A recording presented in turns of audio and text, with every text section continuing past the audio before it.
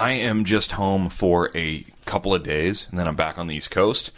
Lots of work going on. We're in the final home stretch as far as selling goes. You know, in sales, we have to sell stuff for certain times of the year. And we're in that mode. All's good in my world. I hope all's good in your world. We're about to roll out episode number 202 of Coast to Coast Pinball. Let's go.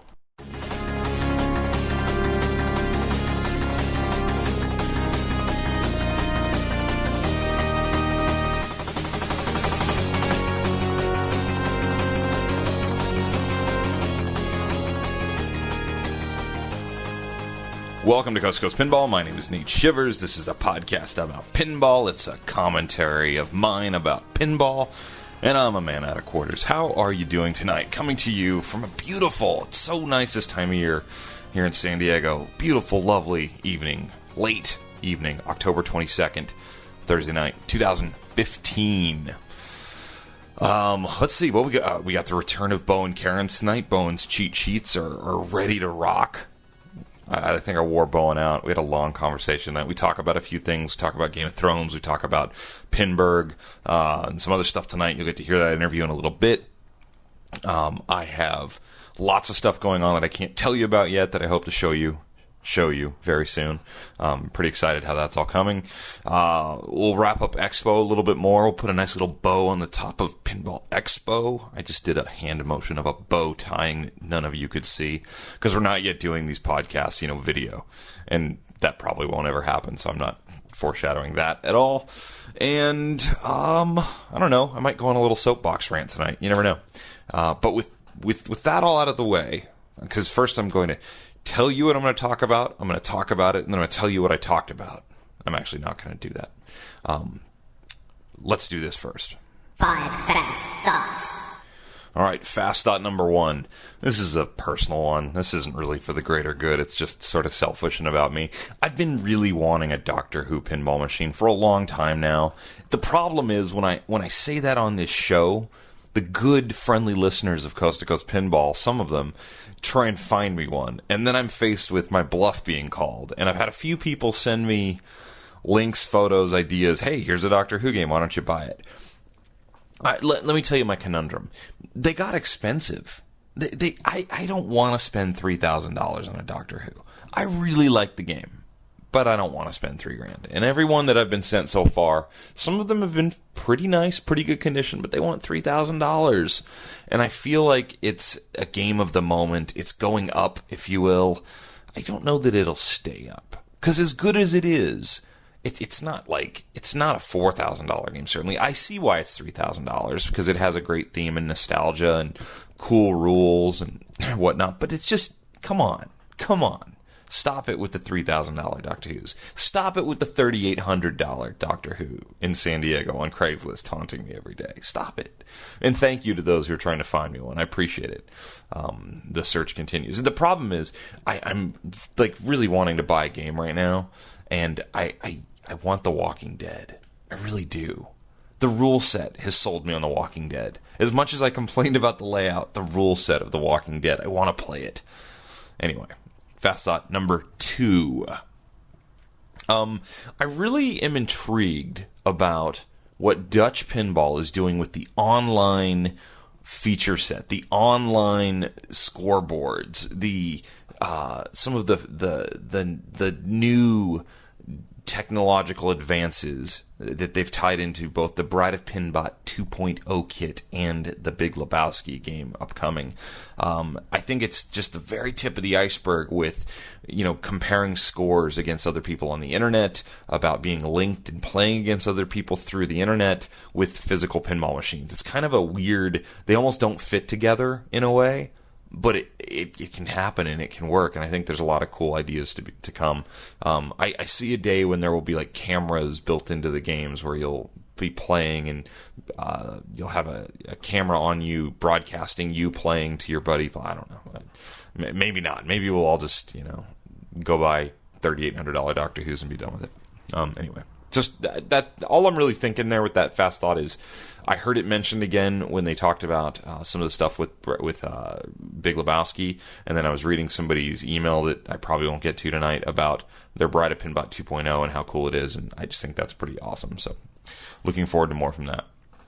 Pinball Magazine, issue number 3, which I talked about last episode. I've had a chance to read some of it. It's fantastic. One bit of news that I didn't get out on the last episode is Marco Specialties will be the U.S.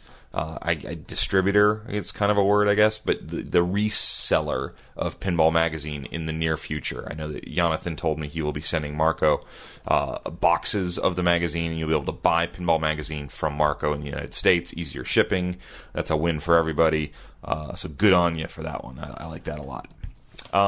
Fast thought number 4. I didn't mention on last episode that Spooky Pinball held their raffle for the 150th America's Most Haunted sold.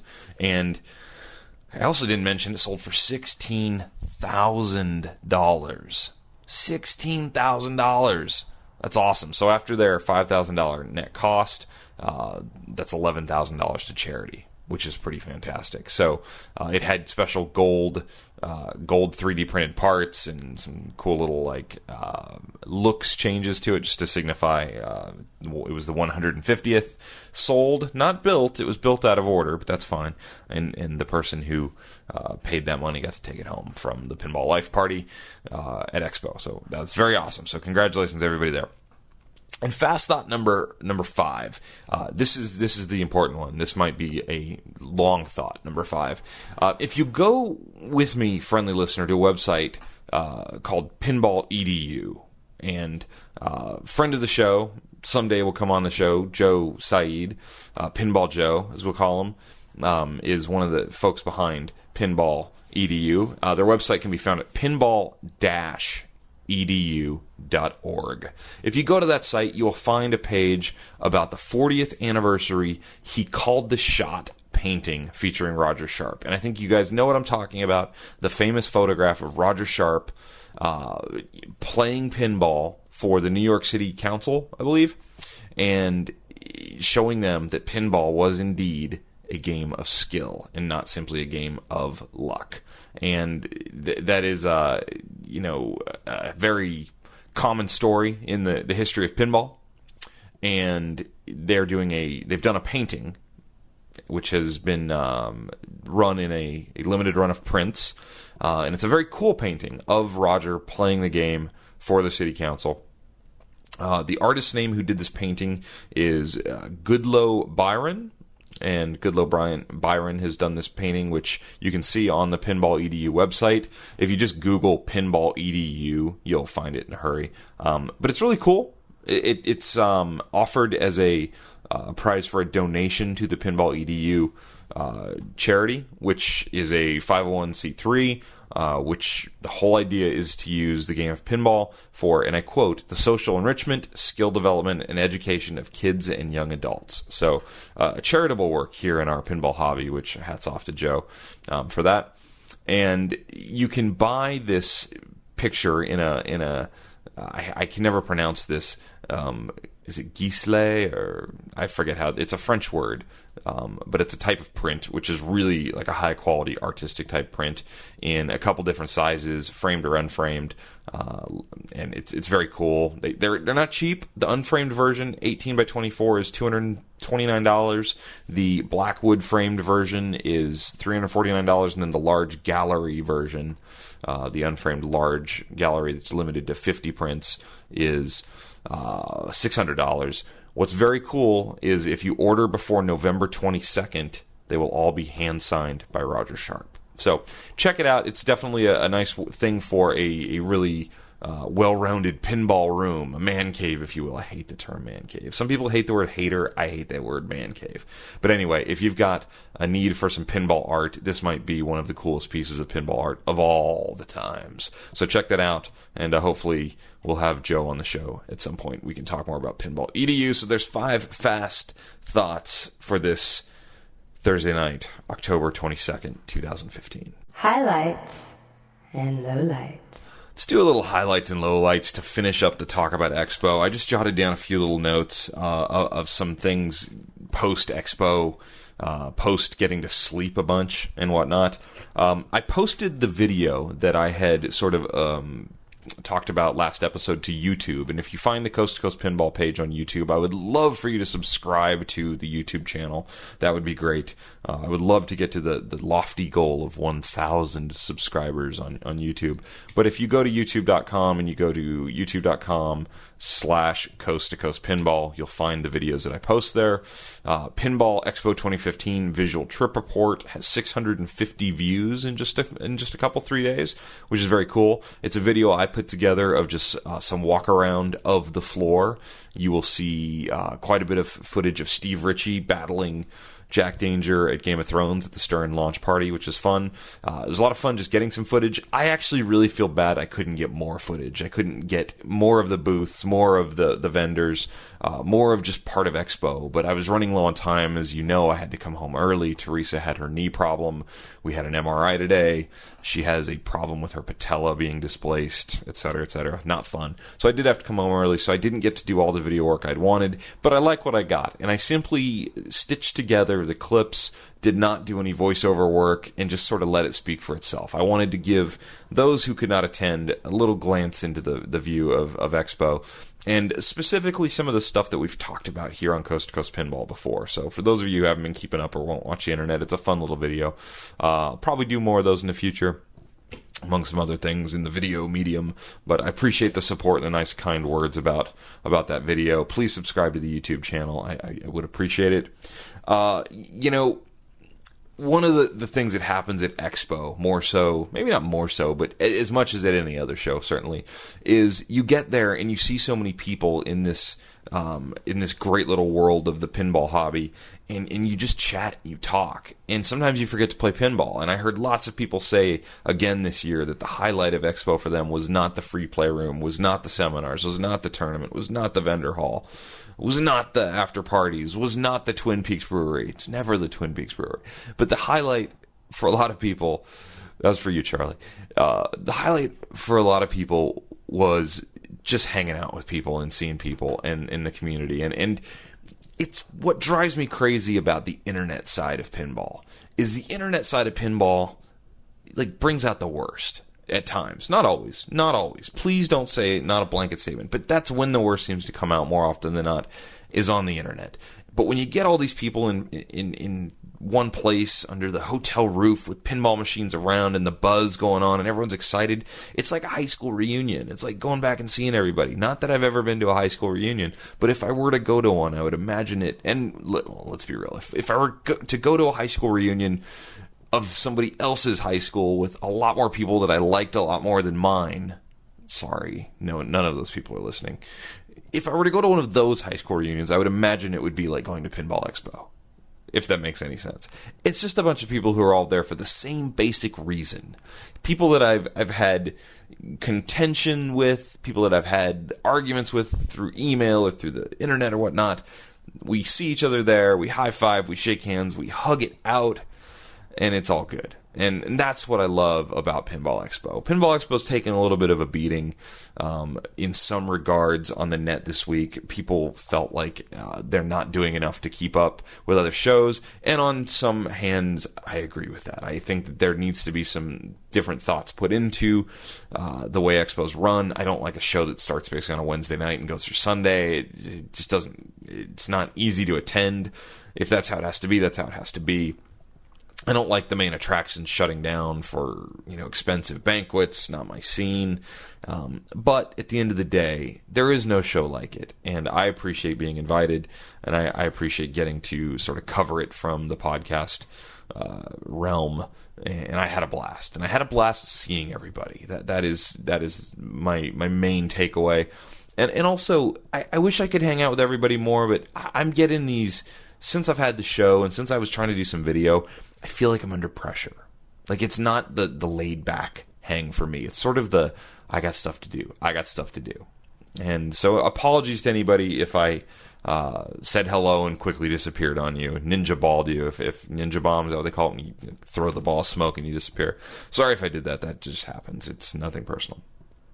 The launch party was cool. You know, I don't think Stern has done the best job at releasing games at times, and I think their marketing push sometimes comes out a little bit quick. Like they jump the gun a little bit. I don't know if that's whether it's timing with licenses or just timing trying to get things sold. You know, whatever reason that might be. I know my company does that from time to time. Like, production goes, hey, we built 150 of these guitars. Where are we sending them? And the sales force goes, oh, we didn't sell those yet. And then guess what we do for the next 2 days really fast? We go sell those. I don't know if they run into that sort of thing at Stern, but for whatever reason, some of the launches have been a little bit, not the best. But when Stern does these launch parties at Expo, it's awesome. It's a lot of fun. And this year it was even better having Jack Danger from Dead Flip do the live stream and host it. That whole stream is now posted on Dead Flip's Twitch feed, so you can go find that video. You're going to see a lot of fun happening. Getting to see Steve Ritchie and Jack Danger, battle, and Steve crushes Jack is very cool. The vibe in the room for the tournament was cool. I really, really wish more events like this could happen, celebrating the launch of a new game. I certainly saw a little bit of it last winter in New York when Dutch Pinball was trying to do just sort of like a VIP party in New York City at Modern Pinball, same sort of vibe. It's just like everyone's hanging out. The game's the centerpiece. It's a lot of fun. And I know it's hard to do everywhere. And the launch parties that they do across the country, I hear great reports about those. And I know that there's a bunch of those Game of Thrones launch parties coming up. So if you have one in your area, go out of your way to go find a Game of Thrones launch party and go play the game, enjoy yourselves, and celebrate another new pinball machine, because that's good times nowadays with pinball machines coming out. It's great. Let's see. Congratulations to friend of the show, funwithbonus.com. Steve Bowden. Steve Bowden took down the Flip Out tournament. He beat out tournament organizer Trent Augenstein at Expo to take the crown of Expo champion this year in the modern tournament. It was really a fun finals to watch. I watched the Papa TV feed of the last probably hour and a half or so as they got down to the final four, and then the final matchup between Steve and Trent. It was, Steve was in the winner's bracket, Trent was in the loser's bracket, so Trent actually beat Steve in a best out of three game to force the final best out of three, because the way it works, Trent would have had to actually beat him twice in a best out of three, because Trent was coming from the loser's bracket. Steve didn't have a loss yet, so Trent handed Steve his first loss in this 128 qualifying bracket. The bracket is just legendary on its own. And yes, they actually wrote out a giant bracket with 128 qualifiers. It was awesome. I'm on there even though I couldn't stay and play. You're welcome to whoever got the free buy against me. And so we got down to the final three games, and Steve picked games he had already lost on. He kind of held the ground. He was driving the bus, as they say, I think. And then maybe it flipped on the last one, and Trent was. But anyway, it got down to the third of three games, which was fantastic. And then it got down to Steve was down, losing on Game of Thrones, the brand new game, launched at Expo. They had to twist a camera to the side to get it, because the Game of Thrones they were playing didn't have a camera over it, which was driving people in the chat room nuts. But ball 3, player 2, down by a bunch of points. Steve had to be clutch, pull out the win on a game that nobody really knew that well, and he did it, and a lot of people were really happy to see Steve take that down. He gets a free pinball machine. I asked Steve today what game he was going to buy, and he told me his plan was to go for Game of Thrones, but he was going to wait till the premium was released and pay the difference, because they give you a free pro Stern pinball machine, so you're going to get Game of Thrones, pay the difference, and get the premium. Congratulations, Steve Bowden. I'll try and have him on the show in the not-too-distant future, and we'll get his take on that. But it was really fun to watch. Go check out the stream. I'm sure it's archived on the Papa Twitch feed. Congratulations. Derek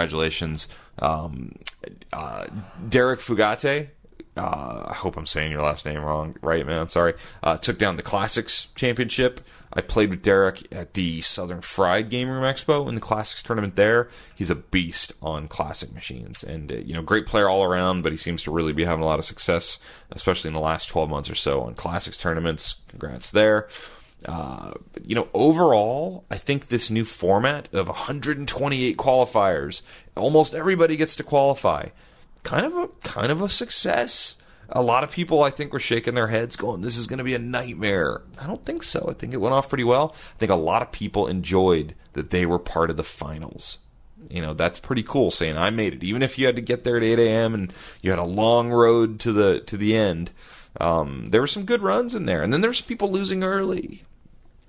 Friend of the show, Gene X Wong, what a run he had. What a run. Beat Josh Sharp. I think, I forget, I don't have the brag in front of me, but he beat some really great players. So Gene's playing great pinball right now. And there were definitely some other sort of Cinderella stories going there. So go back, watch the Twitch feed. It's a lot of fun. Fantastic tournament. Hats off to Trent and Evan, who came onto the show last 2 episodes ago. No, last episode? 2? I don't even remember. Last episode, I guess it was. And chatting about the tournament. So it looks like that went off fantastic.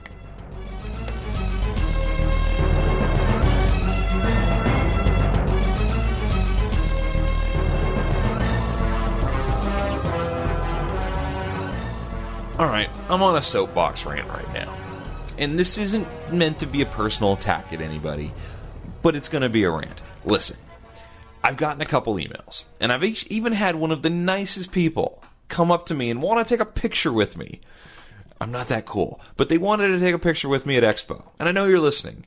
And he made a joke. He was just joking, but he said, I love your show except when you talk about the tournaments. That's boring. And I've had a couple emails from people going, man, I don't like all the tournament stuff. Let me explain something. Competitive pinball is fantastic. It's so good. It's good because, for this show, it's good because I like it. It makes me excited to talk about it, and that's good. But it's also good because it keeps people who, maybe aren't in the flipping games world, who don't buy a game, flip a game, or aren't into modding games, or aren't into the collector thing where they're just stacking up, stockpiling games. It's another avenue to get people really excited about pinball and go seek out pinball. And oftentimes they want to seek out pinball on location, and that's great. But what my rant really is, and why I would tell you competitive pinball is so fantastic, and anybody that has said to themselves, I'll never play in tournaments or never play in leagues, whatever, I just play for the fun of it, man. Here's what you're missing. Here is what you're missing. Competitive pinball. And I don't mean playing against Zach Sharp. I don't mean you got to go play in Papa A Division, running up against Keith Elwin, getting murdered. You don't have to do that. I just mean maybe going to your local monthly tournament and playing once in a while. Here's what's great and can change your world view on pinball through the competitive aspect. It makes average games awesome, and it makes bad games enjoyable. Does that make sense? Do you see what I'm saying there? So let's take an average game. Like, what's an average game to me or you? I would contend a game like Pinbot is average to me. That game isn't like fantastic. It's a little limited in what you can do. They don't always play that great. Some of them are just blown up a little bit. It's Pinbot. We've all played Pinbot. Not that exciting. But if you put me into a competitive setting, it's really tense. It's really exciting because there's strategy involved. It becomes very, very important to get that visor down and not have to hit 25 lights lit and just get it down in one shot right off the bat. There's all this strategy that goes into it. Every shot means so much. It makes this sort of average game that's maybe a little, overlooked at times, just kind of awesome, because now every shot is so important, and it's a game that you're going to drain on quite a bit, and so you can win on Pinbot with some smart strategy. So it makes an average game fantastic. It can also make a bad game really enjoyable. And it might be a little harder for me to pick out a bad game because all pinball's good, right? Even Super Mario Brothers is good. But I will tell you, playing at like Pinbrawl, I know we ran into some games that, for all intents and purposes, is kind of a bad game. You ever play Starlight? Right? I don't even remember who makes Starlight. Let's look up Starlight Pinball, shall we? Starlight Pinball. Starlight Pinball. Williams Starlight. Starlight was built in 1980 1982. Oh, man, see, I can't even find it. 1984, Starlight Pinball. Game's pretty bland. It's got a bunch of rollovers. It's got some stand-up targets and a spinner. It does have a spinner. But other than that, it's like the most generic 1980s artwork. It's got a second flipper button on the right where you can like rotate the rollovers up top. Not that great. The middle triangle of like rollover targets throw the ball off kilter. It's just not that good of a game.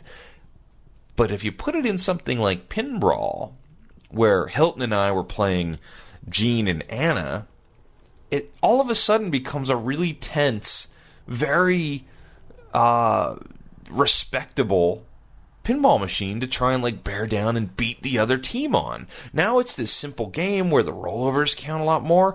Those 3 stand-up targets that are front and center start becoming, an option. It just takes this game that, quite honestly, if I never played ever, I'd be perfectly fine with, and makes it like, oh, okay, yeah, we're playing Starlight against you, and I'm going to beat you on Starlight. If that makes any sense. And you know what? I don't mean to rip on somebody's Starlight game, but it's just, it is what it is. Now, I will say this. It's super rare. So getting to play that game is very cool. I know that I think like 100 of these things are built. So like I'll never put Starlight on the D list. When you only have 100 of them built, you don't get to go on the D list. You're exempt from welcoming to the D list because you're so rare. So anyway, I just think that competitive pinball can make all pinball machines really relevant in a moment. Playing the EM World Championships at Clay Harrell's VFW pinball event certainly showed that. Games that I'm not really drawn to and not into, all of a sudden were so compelling. It made certain shots really like important to you. You have to think it out. You have to figure out how you're going to do it and get past this score. You learn the rules. It forces you to learn more about the games if you want to succeed. So I would, if you were one of those people who listen to me and go, man, I wish you'd stop talking about competitive pinball, give it another shot, man. Come on. I think you might find something enjoyable about it. So there's my soapbox rant for the night. Call the people. I'd like to welcome back to Coast to Coast Pinball, Mr. Bowen Cairns. How are you tonight, sir? Terrific, Nate. Great to talk with you again. Good. You just get through 11 hours of Benghazi testimony? Oh, that's not you. No, that's not me. It's somebody else. But I did smile a little bit while watching people yell at each other. Yeah. Well, I thought that's directly what we get into is politics tonight. No. Let's talk about pinball. What have you been up to? You didn't get to come to Expo, which everyone was asking. Where's Bowen? Have you seen Bowen? Bowen didn't make it. It's an embarrassment that people are like, oh, where's this guy? Jeez, there was plenty of people at Expo. 128 qualifiers worth of people. Yeah. But I was at a family wedding and had a great time with my wife and my entire family, but got to enjoy Expo from afar with the Papa TV broadcast and some of the updates people were feeding me about the games. What was your take on Game of Thrones, watching it only through video, and albeit sometimes really tough to watch video? It really strikes me, Game of Thrones, as an interesting game. There's a lot of choice there, and sometimes with a game that has 6 or 7 shots, it's a fairly standard playfield, but very fast from Steve Ritchie. A lot of that is the rules and the design of the software from Dwight Sullivan lead and the other crew there. I'm impressed with the ways you make choices that change the game. And it was interesting to see, as people were playing, making different decisions about which house they would start with or what order they would chase things down in. With brand new games, that's always one of the most interesting aspects to me when a good game has come out, that there's all this variety in the ways you play it. It seemed there was obviously more code for this game right off the bat from other recent Stern releases. I noticed that not only did you have to choose which house you got to play as in the Game of Thrones world, but you then had to often choose who were you going to go to battle with. Did you have any takeaways from the first weekend of this game, sort of in competitive play? Yeah, to qualify a battle, it seems like you made 3 of a particular shot that was associated with the house you'd be fighting against. One thing I thought was really interesting was you have the ability to play against 2 houses at a time, which is really unusual. It's like having 2 modes that pop up and start at the same time. And allowing the player to do that is unusual, but I guess it's fitting with the theme that people are fighting each other on multiple fronts at the same time, and it's pretty clever. And that's just going to lend to more sort of efficiencies and thoughts that people have about how they play the game. And in a competitive setting where you only have 3 balls, no extra balls, sometimes your strategy just goes out the window because you had a house ball, and now you've got to buckle down and try to finish something or lose. Have we seen a game that scored this high in recent memory? It looked like we had a billion and a half. I saw 3 billion from Nix and Dejas in the side tournament. Really, the only game that scored anywhere near this was Spider-Man many years ago. Yeah. And occasionally you can get to a billion on some of the games, like Batman. Somebody can get to a billion. I can't get to a billion. Well, I'm going to burn Fred Cochran with this, but I was at Papa about a month ago, and they had their league night there, and I was just kind of playing casual games on the side. I ended up gravitating towards Batman, trying to pull off the billion point hurry up. And to do this, you keep shooting the right loop over and over again after starting the hurry up. I managed to get it up to lit for a billion. And then it went into this hole that lit the multipliers. Oh, no. The top lane that gives you the random award. The random award just happened to be light multipliers at the exact right time. And all of a sudden, instead of a 1 billion award, it was a 2 billion award. So I have a photo, and Fred was supposed to be taking a video, but apparently it didn't work, of a 2 billion hurry up on Batman. That's amazing.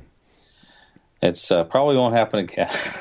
that's pretty amazing to get that all to line up. Again, that comes down to just great software design. It on the surface of it, it's shooting the same shot over and over again 40 times, like you would on Star Wars with that center ramp on Day's Star Wars, and yet it's somehow hugely exhilarating, and all of that is due to the lights, the sound, the points, just that setup and that risk reward that is very hard to program, and these folks do it right.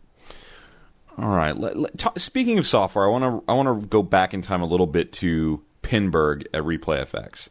What was your take on the Kaylee George whodunit software? I don't know if it was a glitch, if it was an exploit. What was that? How did it happen? And what were your thoughts as the tournament director of Pinburg at that time? Well, it turned out it happened more than once. And just to be clear, I'm not the tournament director of Pinburg. Excuse me. Doug Polka was the tournament director. Doug is the tournament director. You were on the staff. I was an assistant tournament director along with 4 other people who were running around the whole time, just putting out fires and making decisions. But if something important happened, we'd go to Doug, and Doug would have final say. And Doug and Kevin Martin were in charge of the A Division finals. I was in charge of the B Division finals, so I actually didn't see these moments, but I did hear about them. In the round before Kaylee's match, it happened there as well, and it was believed to have been just a hardware malfunction. It was ruled at that time to be a minor malfunction because it didn't affect. It didn't change gameplay so significantly and beneficially for one player, because it was basically thought, elevators down now for the rest of the game. Everybody's going to have the same chance, and everybody would have the same opportunity. So it was play on. Then in Kaylee's round, it happened again, but during both Kaylee's turn and I believe during Carl D'Angelo's turn. And so because the same ruling had already been made, it was the same ruling. It was, it's down, it's okay, this is what it is, play on. We found out later that it was actually a software issue and not a hardware failure of the elevator itself. So it turns out to be something that a player can induce by a particular set of circumstances. And on the Tilt Forums discussion, there was a long discussion about how this can be done and the exact details, and it was reproduced. So I guess the end point of it is that we probably won't be seeing Whodunit again in tournament final unless the software somehow gets updated. But that our belief from the tournament director side was that this was a temporary hardware error. That turned out to be a mistake, that it wasn't hardware, it was software causing the thing to stay down. But I think if I had to make that decision again, it probably would have been the same choice. Gotcha. Because what's the alternative is you kill off somebody's great game by just telling them, this one thing that kind of fell apart. Sorry. Where it does certainly make the game easier to have that thing down all the time. As you can tell if you watch Kaylee play Elevator Madness and get like 2 billion points off it. Most of the time he was losing balls. It was moonwalks out of the left in lane instead of actually losing a ball. So when there is something like that, have you ever been in a situation where you knew a software, I don't even know if I want to call it a glitch, but just something in the software that you thought maybe your opponents didn't know and you went ahead and used it? Or how do you feel about that?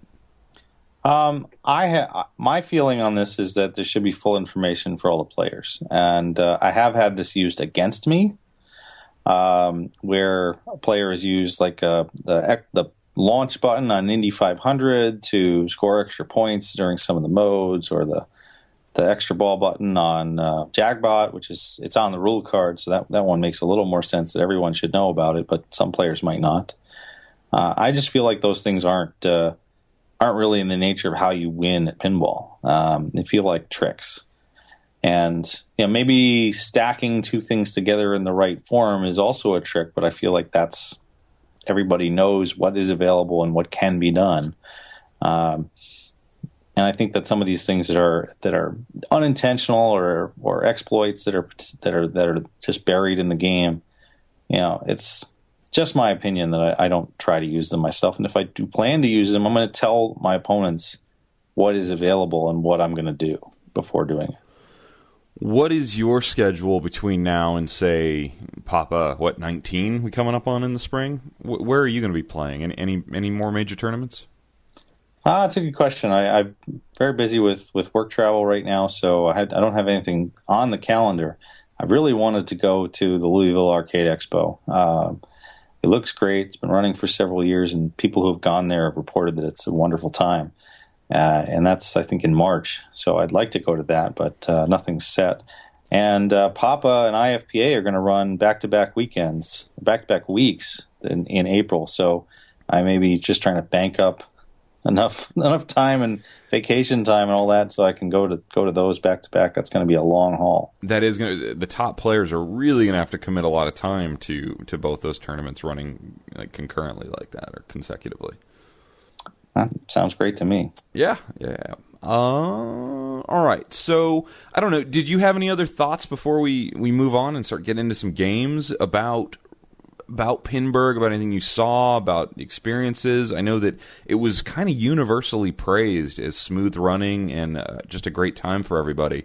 And I felt there was a lot of goodwill towards not just Pinburg, but kind of match play in general. What were your takeaways?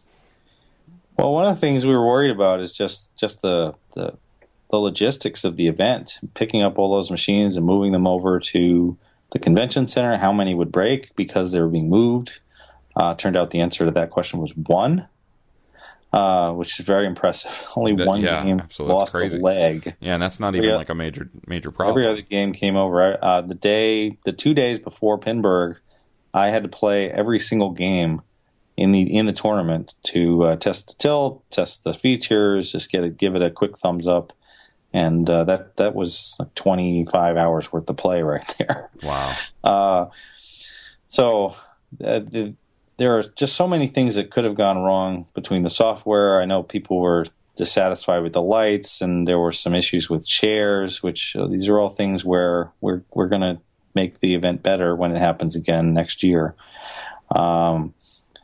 And the only major issues internally to us were the not verifying that all the players were on site at the beginning, which led to some short groups in round one, because people just didn't tell us they weren't coming and they didn't show up, even though they'd paid. Then they turned out to be no-shows. There were dozens of no-shows. Wow. And the lack of a high-quality PA system, it is actually a high-quality PA system, but the fact that you're in a 140,000 square foot hall turns any high-quality PA system into junk.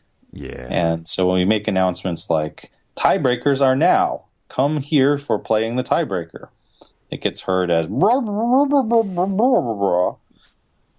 and so those systems we had in place to try and make sure people were in the right place at the right time didn't quite work the way we wanted to, and will be improved. But compared to the things that could have gone wrong, it was a dream.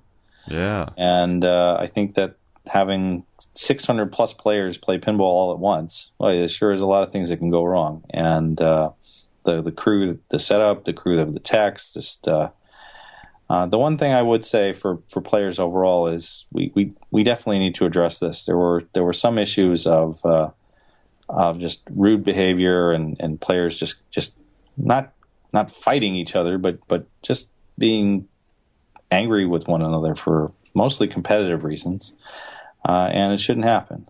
Where somebody walks away and goes like, I felt threatened by this person, or I felt like they were being a dick.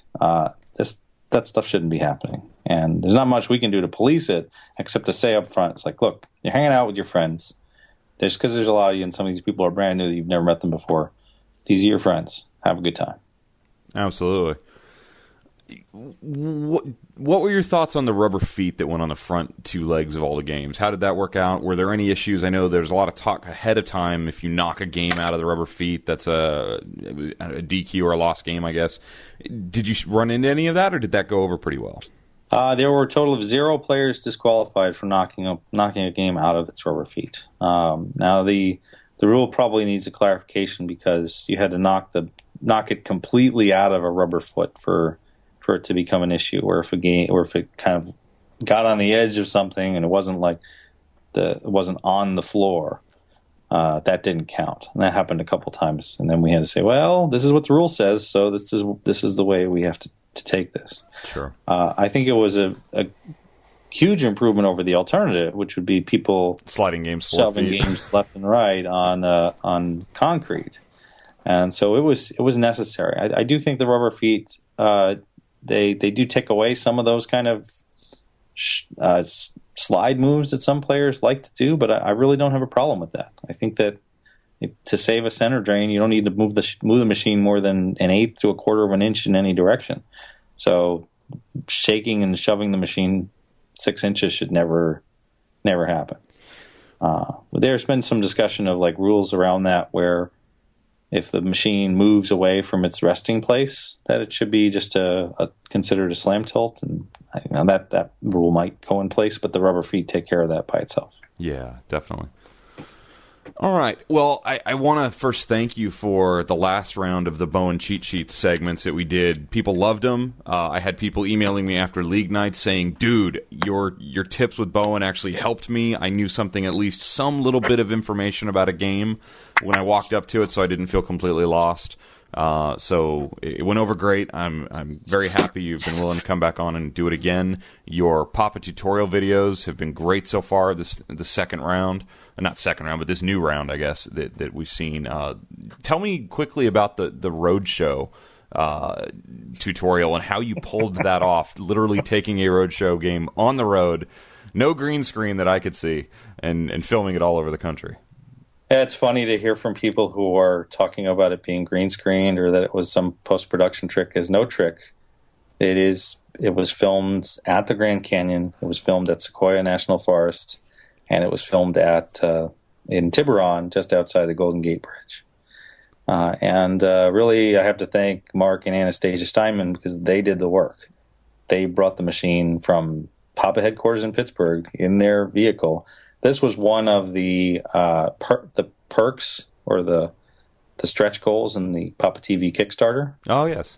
To have a a road traveling on the road from Pittsburgh back to Pittsburgh. They went all the way. They went down to Texas. They went through to Arizona. I met up with them in Arizona. We then went to the Grand Canyon. We went to LA to do the Indisc tournament. This was in January 2014. Yep. And then from LA, we drove to San Francisco by way of the Sequoia National Forest, and also did some filming at Free Gold Watch on that trip. So there was a lot to do, and it was hilarious. How did you level the game at some of those places?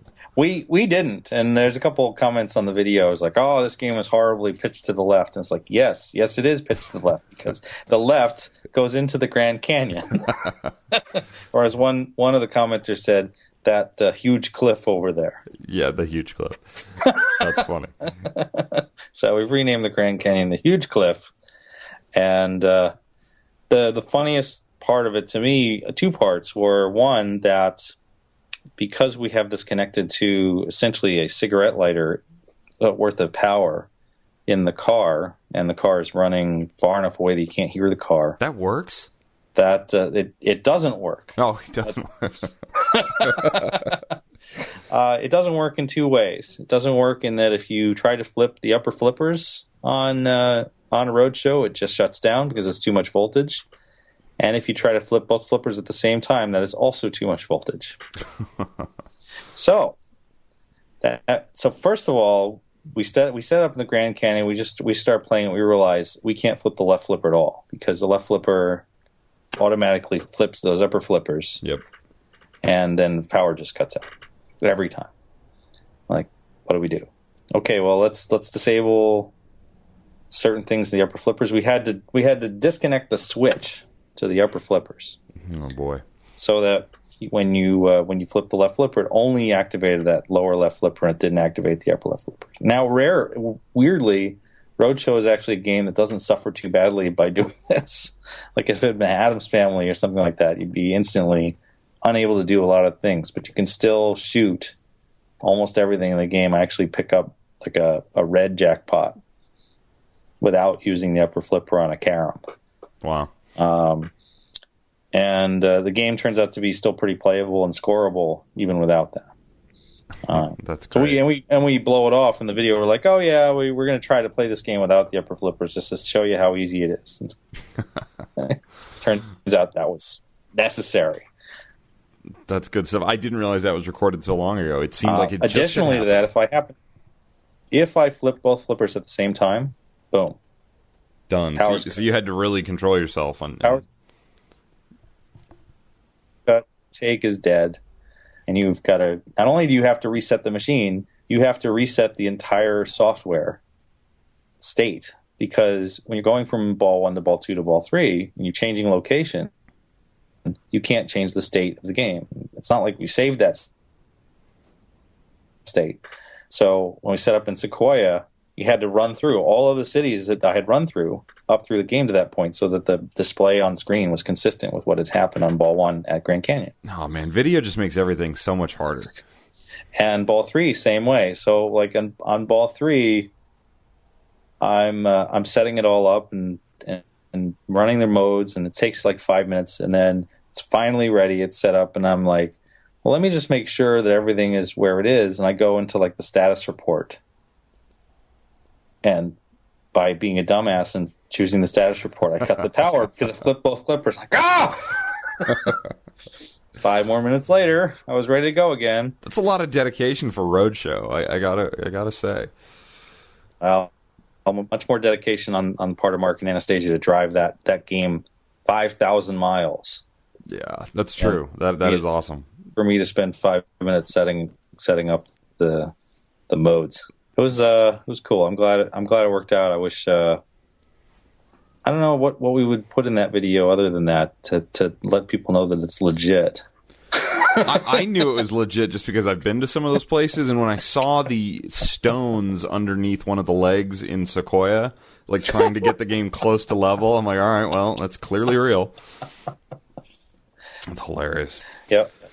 Yeah, we got it pretty close to level at Sequoia and at At San Francisco, it was level left to right. It was a little steep up and down because we were on a hillside. Oh, yeah. But on Grand Canyon, there was really not much you could do. It was, and actually, we were out there. We were out on this rock that we weren't supposed to be on, and we're kind of cut in the back of somewhere, so that if some park ranger was driving by, they wouldn't notice. That's it was intense. You look over. I'm not afraid of heights, but I think I was a little afraid of heights right there. That's a big one. That is a big one.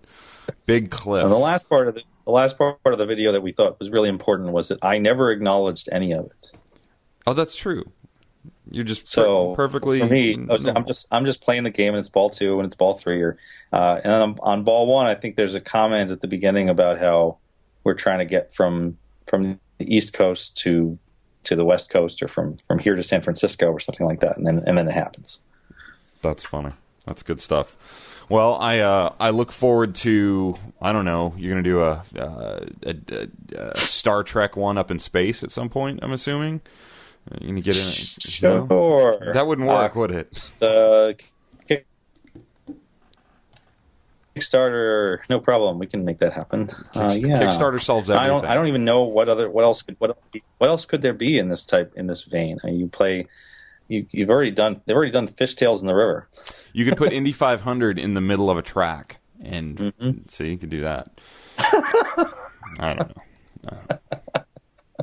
Yes, I would like to live, please. Yeah, exactly. All right. Well, with that, we should do a Bowen's cheat sheet for episode, I think we're in episode 202 here of Coast to Coast Pinball. So we'll jump right into these and then go from there. Sound good? Sounds great. All right. Thanks, Mark. We're going to go with we're going to go big on this one. We're going to do a game tonight that is the number 1 ranked game on many people's, top lists of games. A game that is so great it's currently being rebuilt, and that is Medieval Madness. Oh, yeah. Medieval Madness is just one of those games that I think everybody's at some point had some time on and kind of gets. But when I've gone and watched the pros play Medieval Madness, I'm sort of blown away at how they get to these scores and how they get so quickly to some of these big scores. And I'd love to hear your thoughts on Medieval Madness, and if I do see it in a tournament, because I think there's going to be a lot more Medieval Madnesses floating around over the next couple of years, what should I do to try and get a really good score, and then maybe what's my fail-safe on a Medieval Madness to just try and get something going? Medieval Madness is a really strong risk-reward game, that there are things you can do in the game that are worth a lot of points that are difficult to get to, and then there are other things that are not very difficult to get to that are worth less points. And so a lot of this decision-making comes down to what are you after? Are you trying to put up a really strong qualifying score in a system where you can play the game over and over again without a fail, except to have to maybe pay $2 to play again? Or are you in a match play situation where this is your only game and you better score right now or you die? Or are you in an arcade and you're chasing the high score? And in fact, in all three of those cases, I would say that the way you approach the game should be pretty different. Yeah. And that's a testament to the high quality in the rules. The playfield design is great. It's got that left-right ramp flow that Attack from Mars had, and the great bash toy in the middle. When I'm playing it in tournament, my main objective is to complete at least 3 castles as quickly as possible. And the reason I'm going after that is that castles are sure thing points. Yes, you will lose the ball. You will get the ball to flame down the middle off of a hit to the castle. Or you're going to have it kick a slingshot and go into the outlane. That's probably inevitable, but if you play that way, you're going to guarantee yourself roughly a 20 million score by completing 3 castles. The castles themselves are worth 2, 4, and 6 million, and shots to the castle before you destroy the castle are worth 1/10 of that, 200,000 a shot, 400,000 a shot, 600,000 a shot. So those points as well add up, and you're probably going to be hitting 20 million by the time you've destroyed your 3rd castle. And what you're doing by that in a match play situation is you are putting pressure on the other players to match that. That if they wanted to go for Madness multi-ball, or if they wanted to go for the regular multi-ball, they're probably going to have to switch up and play your strategy in order to chase you down. So I really prefer to play that way. And if you go to the Papa 16 video, that's exactly how I'm playing Medieval. And somehow, like in the semifinal, I managed to get away with getting all 6 castles on ball 1. Wow. I'd never done that before. And I was like, all right, I guess this ball's not going down. In the final, I managed to have 2 just really crappy balls at the beginning. I can't remember exactly how crappy they were. I know that I think on ball 2, I had a busted live catch on the left side, and it went to the out lane. And so stepping into ball 3, I had 500,000 maybe. And I still played the same strategy. I said, I'm going to try to get as many castles as I can right now because that's all I have access to. Some of the other targets, the multi-ball through the castle, the medieval madness multi-ball, you're risking just not getting to that at all if you try for them because they take a lot of shots to build up. And those are valuable goals. But if you're at the beginning of a game, that shouldn't be your goal. If you want to make sure you have a solid foundation score. Will you shoot the castle from both flippers? I will, but the castle is easier from the left flipper. That's because the carom of where the ball comes off of the castle is not centered. It's sort of off center to the left. And so if you hit that from the left flipper, you're more likely to have it return to the right flipper or to bounce off the back of the troll target. In either case, that's pretty safe because you're not going down the middle. You still might, but it's way less likely for you to lose the ball off a left flipper hit to the castle than a right flipper hit. Gotcha. It's also important to just bang out those moat shots as fast as you can because if you do get to multi-ball, you want the castle to be down. You want to be able to hit the castle and get points and finish it. With one ball in play, it's very simple to just hit the moat until it opens. And then once it's open, you worry about playing the rest of the game. Interesting. Now, when you're going for simply just the high score at the arcade, what would your difference in approach be? Well, especially with extra balls on, it means should be possible to get close to or into the Battle for the Kingdom. It's still important to get all 6 castles. But you want to make sure you get also to Royal Madness, which you get by finishing all of the 5 tasks, the catapult, the peasant, damsel, the joust, and the trolls. And by finishing all 5 of those tasks, you get Royal Madness, which in arcade play gives an extra ball for completing it. And Royal Madness, you not only get the extra ball, but you also get 1 step closer on each to qualifying them for the Battle for the Kingdom. So I think Battle for the Kingdom takes 3 completions of the 4 main shots, 10 trolls, and all 6 castles. And if you finish Royal Madness, you get 1 for free, but you already had 1 before that. So by the time you get to your second Royal Madness, you should actually be ready for the Battle for the Kingdom. And it's hard. Battle for the Kingdom is also hard. It's really fun final mode where you have to make a large number of shots to win. So it's not uncommon for people to lose during Battle for the Kingdom. One thing, if you are trying for that and you're getting close to it, save your troll bombs because during Battle for the Kingdom, the 2 trolls pop up to block the castle for the final, I think it's 7 shots to the castle that you need. And if you have troll bombs, you can get them out of the way. If you don't have troll bombs, those 2 trolls will sit there and they'll block the path. They also make it more likely for a ball to center drain on the return because of that funnel effect of where they're located. Everything goes to the center, yeah. Other than that, like during regular play, I want to never go for trolls unless I'm in multi-ball because they're just too risky. You're not getting any points out of them. The only time you have to do it is if you've finished your other madnesses and you didn't finish trolls for some reason. Even the software is nice about this. If you light all 4 madnesses but not trolls, and then you go in to start multi-ball madness, it will give you trolls as the Merlin Award every single time. So like Lyman with his random awards, they're sometimes they're not random. It'll give you things that you want. Like if you're running a hurry up, it'll give you another one. If you're starting trolls, it'll frequently give you 3 troll bombs as the option. So the random award is very generous, with the best generosity being that light trolls when you're starting a full madness. That's really good stuff. I think if there's anything else, the one other piece of advice, players generally know this, is don't start one madness on multi-ball madness. So what I like to do is have two of them lined up so that the amount of time you have with the ball in play where only one madness is lit is as short as possible. Like finish Damsel and then finish Peasant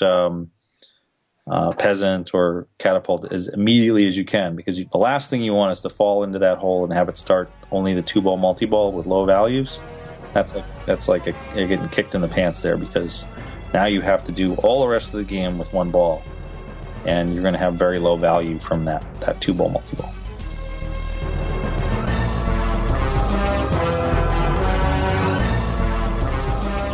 Bowen's back. He agreed to do it again. See, here's some inside baseball for you, or inside Coast to Coast Pinball, as it may be.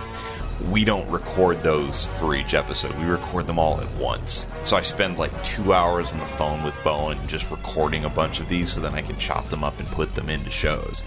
That's the only way you can really do that, other than driving Bowen crazy every few days.